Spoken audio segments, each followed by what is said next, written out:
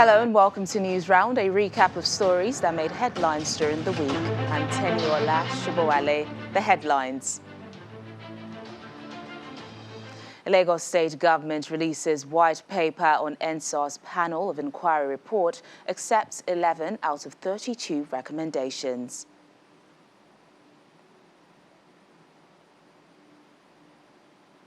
President Buhari tasked world leaders on partnership for development at Dubai Expo 2020.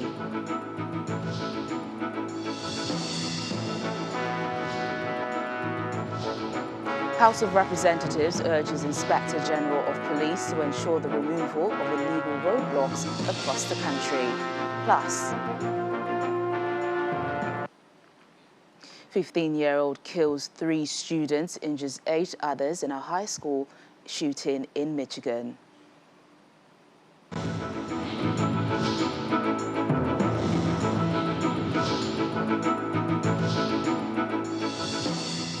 We begin News Round with the white paper released by the Lagos State Government on Tuesday night, countering the findings by the Justice Doris Okuobi-led Judicial Panel of Inquiry on restitution for victims of SARS-related abuses and other matters. The Lagos State Government rejected the resolution of the panel that no fewer than 9 persons lost their lives when armed soldiers stormed the Lekki toll gate to disperse NSAS protesters on October 20th, 2020. Of the 32 recommendations made by the panel, the government accepted only 11, accepted 6 with modifications, and rejected 1. Acceptance, compromise, and in one case, rejection sums up the Lagos State Government's response to the recommendations of the Judicial Panel of Inquiry on NSAS protests at the Lekki toll gate on October 20, 2020. The white paper discloses that 11 of the 32 recommendations were given the green light. 6 others were also good to go, but with modifications, while 1 was outrightly turned down. Some of the recommendations accepted include Resolution 6, which states that the panel, having found the use of social media played significant roles in escalating the crisis, and appeals for restraint in spreading unverified pieces of information to the general public. The Lagos State Government agrees, and to launch a campaign on proper use of social media. Of the recommendations accepted and to be forwarded for further consideration include Recommendations number 18. The situation on the integrity of scene of incident must be preserved, and items of physical evidence should not be removed between the time lapse of the incident and scene examination. The Lagos State Government concurs, and to forward the recommendation to the federal government for consideration. Recommendation number 20, that October 20 of every year be made a toll-free day at the Lekki toll gate as long as the Lekki toll gate exists. The Lagos State Government agrees. For the recommendations accepted with modifications, they include Recommendation 19, that the Lekki toll plaza be made a memorial site for NSAS protests by renaming it NSAS toll gate, to which the Lagos State Government agrees, but said it will designate a park in the state and call it the Peace Park. The rejected recommendation: a monument to be erected at the Lekki toll gate for lives lost and those injured with names of the victims inscribed on the monument. Lagos State Government declines. Reasons given includes the finding of 9 deaths on October 20, 2020 is baffling because the Judicial Panel of Inquiry offered no explanation regarding the circumstances of their deaths. The white paper is in the public domain now for perusal, and the Lagos State Government has made it clear that its motives remained peace, justice, and equity, while maintaining that there was no mass killing at the Lekki toll gate and no cover-up of the truth on its part.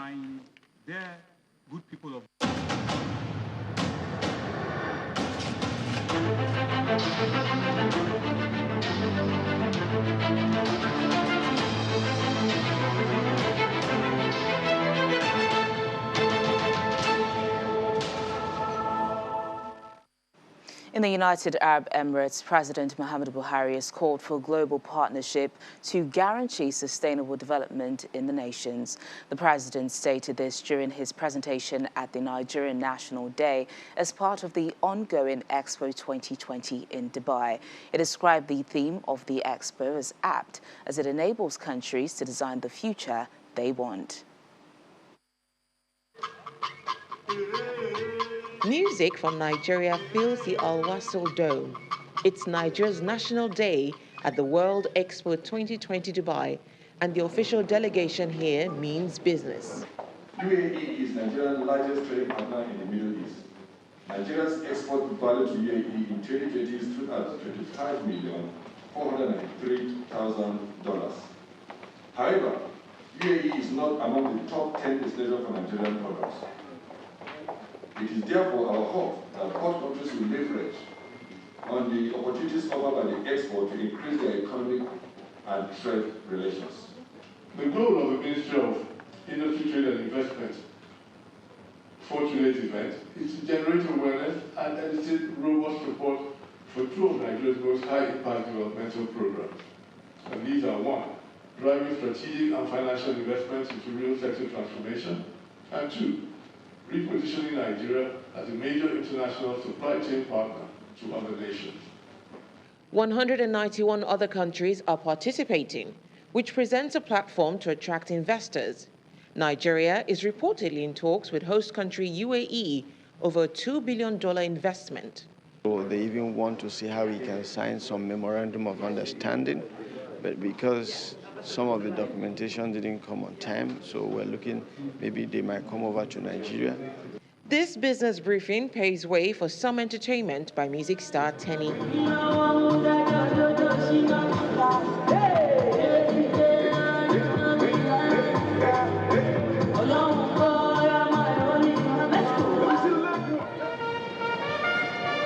President Muhammad Buhari arrives with UAE Minister of Culture, Sheikh Nahyan bin Mubarak Al Nahyan. As the host of Expo 2020 Dubai, we are adamant about ensuring that Expo 2020 is a fruitful mega event, not only for the UAE, but for our international, regional, and global partners.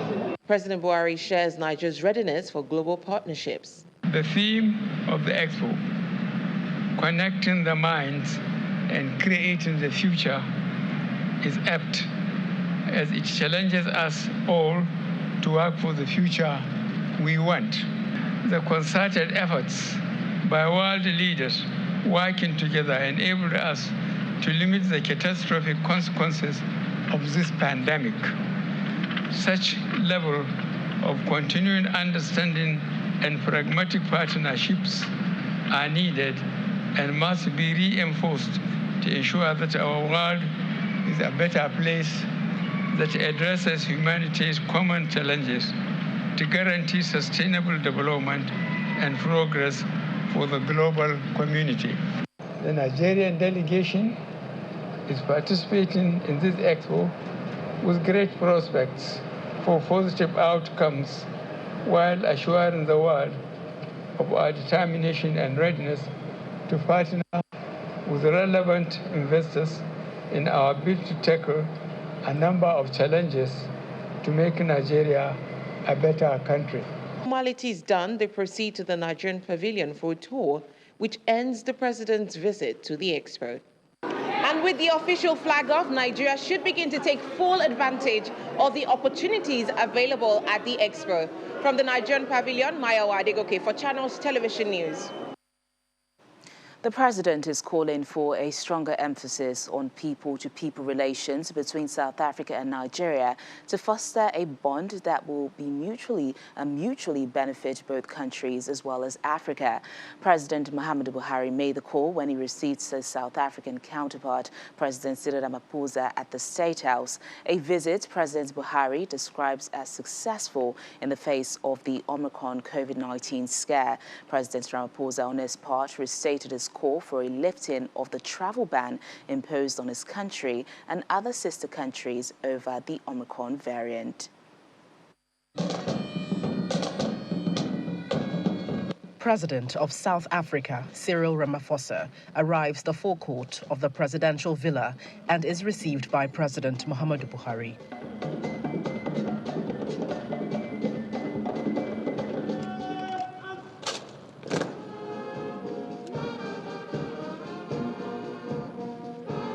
There is a special inspection parade to welcome the visiting president before President Buhari leads his South African counterpart, who is in company of a delegation of ministers, into a 10th session of Nigeria's South Africa Binational Commission in his office.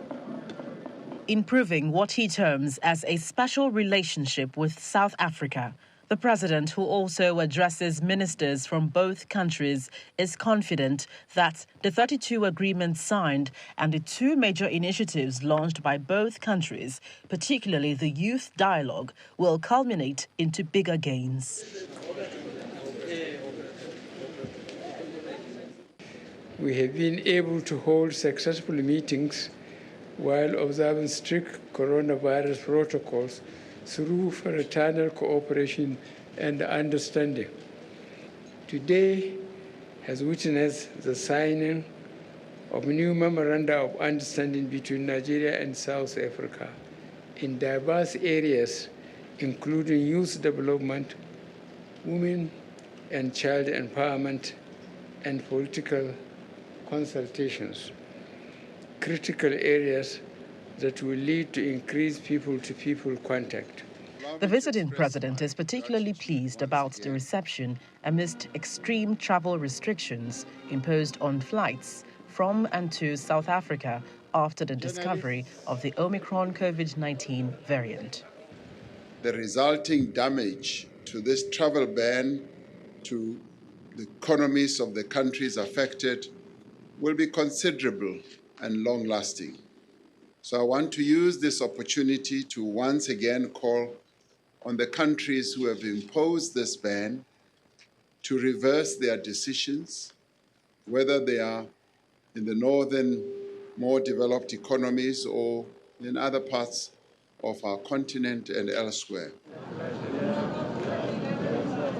Now, aside the Youth Dialogue Initiative, for which a steering committee has been inaugurated to fashion out ways in which this can be successfully implemented, the two leaders will also agree on health care cooperation, which is key within the AU Agenda 2063. From the presidential villa, Gloria Umezuke, Channels Television News. The Federal High Court sitting in Abuja has ordered the Department of State Services to allow the leader of the proscribed indigenous people of Biafra, Nnamdi Kanu, maximum possible comfort while in their custody. Justice Binta Nyako, who gave the order, also brought forward Kanu's trial to January 18 from January 19, 2022, following the abridgment of time granted by the judge after a plea to that effect. The streets leading to the Federal High Court in the nation's capital appear normal, which is unusual whenever the court is set to hear the suit of the federal government against the leader of the indigenous people of Biafra, Nnamdi Kanu. Like the streets, there are no security operatives to restrict access into the courtroom, an indication that Mr. Kanu, who is facing a 7-count charge, will not be in court. His legal team had approached the court seeking for an earlier date for the resumption of the trial, preferably a date before the end of this year. Although the counsel to the federal government, Mr. Shoaib Labaran, opposed the application, the presiding judge, Justice Binta Nyako, granted the request of Mr. Kanu's lawyers. She also ordered the Department of State Services to allow Mr. Kanu to practice his faith, change his clothes, and be given maximum possible comfort in their facility. We raised concerns a few days ago, me and my colleague raised concerns a few days ago through our press statement about his condition in DSS, how he's being subjected to solitary confinement, how his medical experts are not allowed to see him, how the court orders are being flouted with levity by the SSS officials, the authority. So we raised those concerns, and courts made several orders today. First of all, that his place of detention should be changed. Two, that the DSS should allow his medical expert to visit him, and they should comply with orders of the court, and also providing with good food, and also allow persons of his choice to also visit him and allow him to practice his faith. Because before now, he hasn't been allowed to practice his faith. And of course, we are in court. The court said in the event the detaining authority, the SS, who has been in the practice of disobeying and violating court orders, flout the order made by the court today, we should come back to court anytime when that is done. The trial has been adjourned to January 18th for hearing of pending applications bordering on jurisdiction and competency of the suit. When News Round returns in just a moment, lawmakers and House of Representatives urge Inspector General of Police to order the removal of illegal roadblocks across the country. Please stay with us.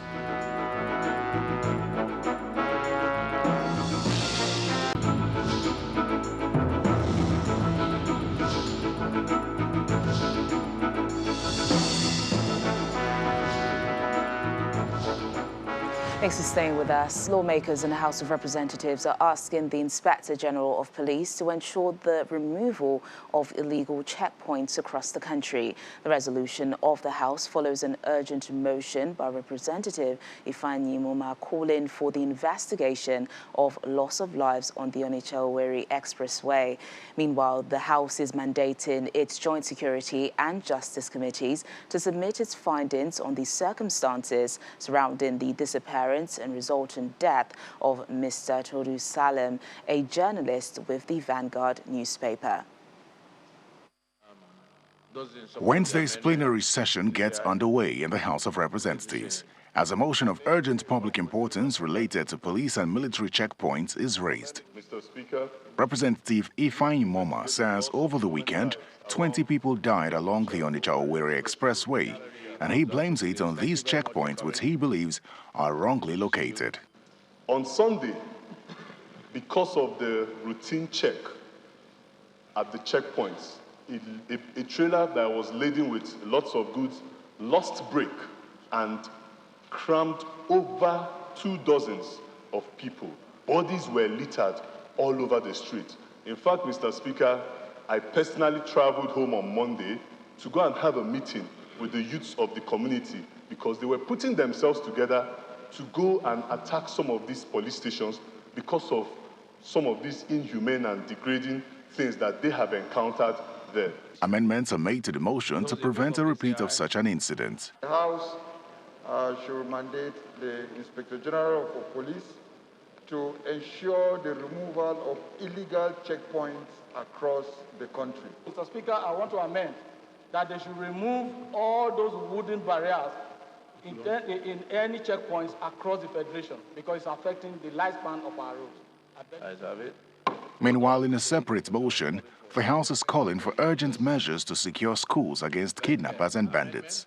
The Federal Ministry of Education, the State Ministry of Education, the private school owners have not taken steps to provide adequate security in schools across the country to prevent attack. In the meantime, the Green Chamber is still interested in the report of its committee on the former Vanguard journalist Toru Salem, even though he has been declared deceased. What we are hearing from the grapevine is that that young man is going to be buried on the 11th of this month. And the committees that have been given 2 weeks are yet to even submit a report.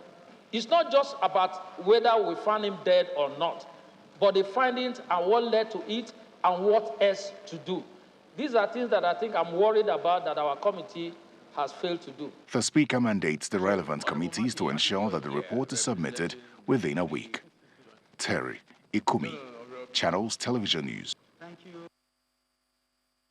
Former President Goodluck Jonathan has been speaking about some of the decisions he took while in office, while delivering the graduation lecture to the Executive Intelligence Management Course 14 at the National Institute for Security Studies in Abuja. Dr. Jonathan explains that he had no idea governors of states where he built the Almajiri schools were unhappy with him.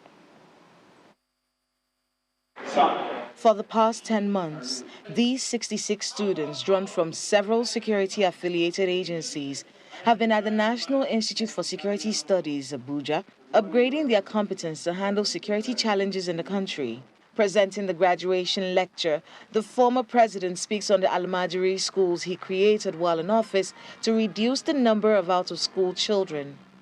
When I was in office, I have to step in at the time to even attempt to build some schools. Now we call them Almajiri schools. I know that some of the governors probably were not too happy, but then they didn't tell me they were not happy. It was when I left office that I had that. But how will the governor not happy? Because we use the federal government money from the University of Basic Education, and it's just to partner with the state. He goes on to explain the roles local authorities should play in reducing ethnic and religious crisis. In terms of governance, nothing is happening at the local government level. The community engagement is so weak. I think the states must have strong departments that will coordinate the affairs of this local government. The former president insists that political conflict frightens investors, recalling the now famous phone call he made to President Muhammadu Buhari to quell tensions in the country following the outcome of the 2015 presidential elections. Nobody can bring his money to invest in a country where they are not politically stable. And one of the reasons why, as you mentioned, I called Buhari before the announcement of the results is I don't want a situation where people can create problems. For the former president, whistleblowing is a great tool to fight corruption. However, he calls for caution. Who give wrong information to security operatives should be punished.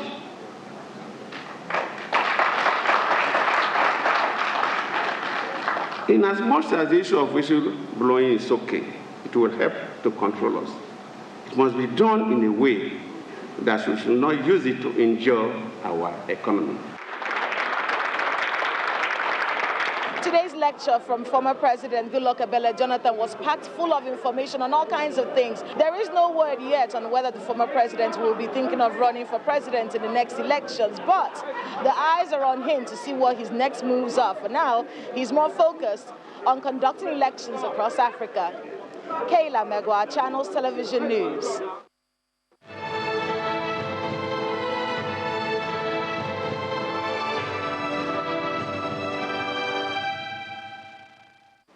It appears more federal civil servants are now complying with the federal government's directive to get vaccinated against COVID-19. This comes as the enforcement of the order on the no vaccination card or evidence of negative PCR test, no entry into public offices, and today's second day. However, some are asking the federal government to review the process of implementation on the compulsory vaccination. This COVID-19 vaccination stand, situated meters away from the Federal Secretariat Abuja complex, began a mass vaccination exercise days before the December 1st deadline by the Presidential Steering Committee on COVID-19, which mandates all civil servants to present a vaccination card or evidence of a negative PCR test done within 72 hours before being allowed into their offices. Since the enforcement exercise commenced, more persons are coming to the stand to get vaccinated. We have successfully vaccinated over 500 people since Monday, and today is on Thursday. So today too, we are looking forward to getting really good numbers. While some of those who took the vaccine say they feel compelled to do so, others say it was a matter of volition. Since government said we should take it, so we take it. If that will bring an end to the COVID, we have to abide. I just felt now is not the best time to do it. Meanwhile, enforcement of the federal government's directive continues, with many people restricted from gaining access to public facilities. First and foremost, you should know the medical history of each and every one of your staff before you know who is eligible to collect this vaccine or not. Those who are concerned should write to all the permanent secretaries in the country, particularly here in Abuja or wherever. The permanent secretaries will have the responsibility to inform all their staff. Some question the conduct of those enforcing the directive. You can imagine the security officials asking people to go back because of vaccination. Are they vaccinated? Do they have even their nose masks? They don't. So I don't know the criteria for all this. Do you understand? Because I don't believe you should force people to do this. As the federal government insists on enforcing the directive by the Presidential Steering Committee on COVID-19, some of the civil servants want the implementation process reviewed. Emperor Simon, Channels Television News.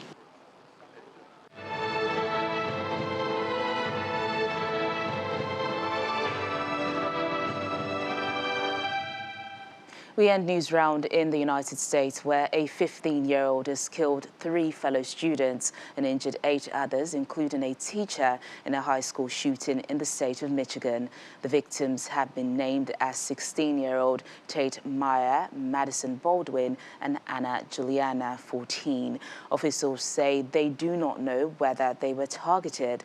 Police allege the suspect, a student at the school, used a handgun that his father had bought last week Friday. And determining all the things that led up to it and making sure that this investigation is full and complete before it's turned over to hold this individual accountable. This kind of thing can happen anywhere, and sadly, it happened even in a sweet, quiet community like Oxford. It can visit itself anywhere in America. No one is immune. When they took it from him, he had a loaded firearm and he was coming down the hall. That, again, I believe, interrupted what potentially could have been 7 more victims.